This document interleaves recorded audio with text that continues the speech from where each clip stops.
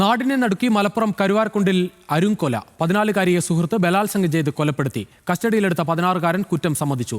Police ഇയാളെ വിശദമായി ചോദ്യം ചെയ്തു വരികയാണ്.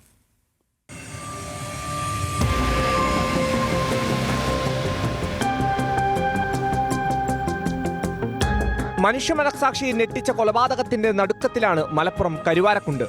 കഴിഞ്ഞ ദിവസം കാണാതായ 14-കാരിയുടെ മൃതദേഹം ഇന്ന് രാവിലെയാണ് പാണ്ടിക്കാട് തൊടികപ്പലം പുള്ളിപ്പാടത്ത് റെയിൽവേ ട്രാക്കിന് സമീപമുള്ള കുറ്റിക്കാട്ടിൽ നിന്ന് കണ്ടെത്തിയത്.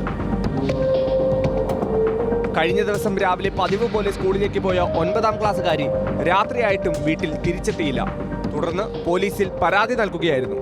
പോലീസ് നടത്തിയ അന്വേഷണത്തിൽ പെൺകുട്ടി ഇന്നലെ ക്ലാസ്സിൽ എത്തിയില്ല എന്ന് കണ്ടെത്തി. തുടർന്ന് നടത്തിയ അന്വേഷണത്തിൽ ഇതേ സ്കൂളിലെ +1 വിദ്യാർത്ഥിക്കൊപ്പം കുട്ടിയെ കണ്ടതായി പോലീസിന് വിവരം ലഭിച്ചു.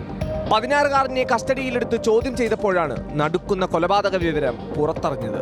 റെയിൽവേ ട്രാക്കിന് സമീപമുള്ള ആളൊഴിഞ്ഞ കുറ്റിക്കാട്ടിലെത്തിച്ച് പെൺകുട്ടിയെ ബലാത്സംഗം ചെയ്ത് കൊലപ്പെടുത്തിയെന്ന് 16-കാരൻ പോലീസിനോട് സമ്മതിച്ചു. ഇന്നലെ വൈകിട്ട് 7 മണിയോടെയായിരുന്നു കൊലപാതകമെന്നാണ് പ്രാഥമിക നിഗമനം.